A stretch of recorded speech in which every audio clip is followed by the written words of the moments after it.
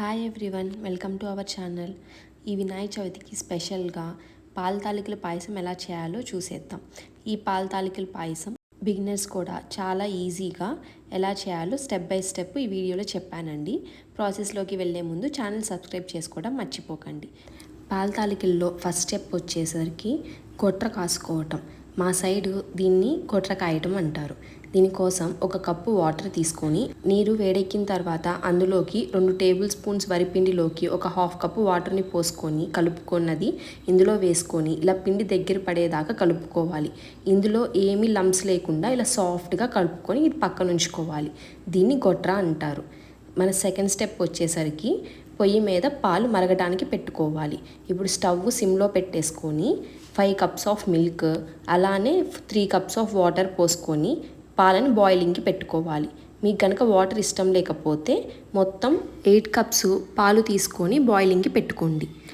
Third step వచ్చేసరికి బెల్లాన్ని కరగపెట్టుకోవాలి. మొత్తం 1/2 kg బెల్లాన్ని తీసుకొని అందులోకి 1/2 కప్పు వాటర్ పోసుకొని ఇంకో స్టవ్ మీద బెల్లాన్ని కరగడానికి పెట్టుకుందాం. ఫోర్త్ స్టెప్ వచ్చి 1/2 కప్పు సగ్గు బియ్యాన్ని ఒక గంట పాటు నానబెట్టుకొని పక్కన ఉంచుకోవాలి. ఫిఫ్త్ స్టెప్ వచ్చి తాలికల కోసం పిండిని కలుపుకోవాలి. దీనికోసం మొత్తం 4 కప్స్ ఆఫ్ వరిపిండిని తీసుకున్నానండి. ఈ 4 కప్స్ ఆఫ్ వరిపిండిలో నుంచే 2 టేబుల్ స్పూన్స్ వరిపిండిని తీసుకొని ముందుగా మనం గొట్ర కాసుకున్నాం కదండి, అది కాసాను. ఇప్పుడు తాలికల్లోకి కొంచెం స్వీట్నెస్ యాడ్ చేయడం కోసం ఒక టేబుల్ స్పూన్ బెల్లం పొడి వేసుకొని మనం ముందుగా ప్రిపేర్ చేసిన గొట్రని కొంచెంగా యాడ్ చేసుకుంటూ పిండిని చాలా సాఫ్ట్గా కలుపుకోవాలి. ఈ పిండి అనేది పొడి బియ్య పిండి కాదండి, తడి బియ్య పిండి. అంటే 2 కప్పుల బియ్యాన్ని కడిగి నానపెట్టి దాన్ని ఆరపోసిన తర్వాత పిండి పట్టిస్తే ఈ 4 కప్పుల తడి బియ్య పిండి అనేది వస్తుంది. జనరల్గా చాలామంది వాటర్ని కాచేసి అందులోకి బియ్యపిండిని వేసుకొని దగ్గర పడేదాకా కలుపుకొని తర్వాత తాలికలు ఒత్తుకుంటారండి. ఆ ప్రాసెస్ అయినా ఫాలో అవ్వచ్చు. కాకపోతే ఒక్కొక్కసారి తాలికలు అనేవి ఒత్తడానికి పిండి చాలా గట్టిగా అయిపోతుంది. ఆ టైంలో చేత్తో చేసుకోవాల్సి వస్తుంది. ఇలా గిద్దలతో ఒత్తడానికి ఈజీగా ఉండదు. కానీ ఈ ప్రాసెస్లో గొట్ర కాసుకొని దాంతో పిండి కలుపుకోవటం వల్ల పిండి అనేది ఎప్పుడూ సాఫ్ట్గానే ఉంటుంది. తాలికలు ఒత్తుకోవటం చాలా ఈజీ అవుతుంది. చూసారా, ఇలా సాఫ్ట్గా పిండిని ఒత్తుకొని మిగిలిన గొట్రని పక్కన ఉంచుకుందాం. ఇప్పుడు పాలు ఆల్రెడీ కాగిపోయినాయి. ఇలా కాగిన పాలలోకి మనం ముందుగా నానబెట్టుకున్న సగ్గుబియ్యాన్ని నీళ్ళతో సహా వేసుకొని ఒకసారి కలుపుకుందాం.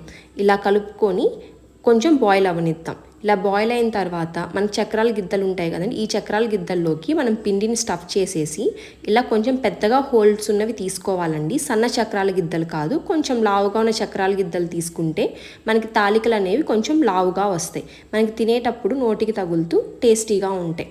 వాటిని కొంచెం లైట్గా ప్రెషర్ పెట్టుకొని మనం చక్రాలు ఎలా ఒత్తుకుంటామో సేమ్ అలానే ఒత్తుకోవాలి.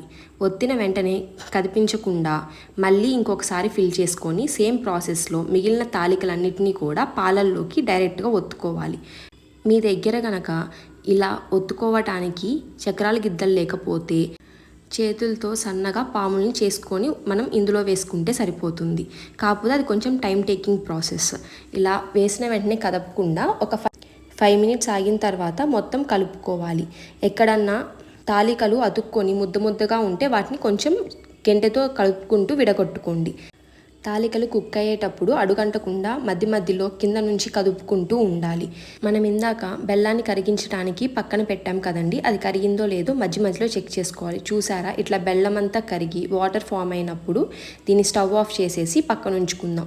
జస్ట్ ఊరికే కొంచెం ఉడుకు పట్టేదాకా ఉండాలి. ఇప్పుడు తాలికలు ఉడికాయో లేదో చెక్ చేయడం కోసం ఒక బౌల్లోకి వాటర్ తీసుకొని తాలికని వేసుకొని దాన్ని ప్రెస్ చేసి చూస్తే గట్టిగా ఉండాలి. చూసారా, ఇలా ఉంది అంటే తాలికలు అనేవి బాగా కుక్ అయిపోయినట్టే.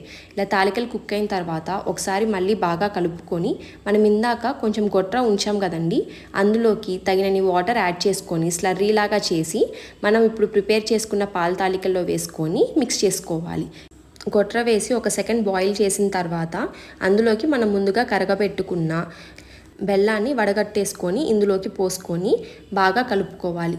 ఇప్పుడు లో ఫ్లేమ్లో పెట్టి ఈ పాల తాలికల్ని ఒక 5 మినిట్స్ అన్నా కుక్ చేసుకోవాలి.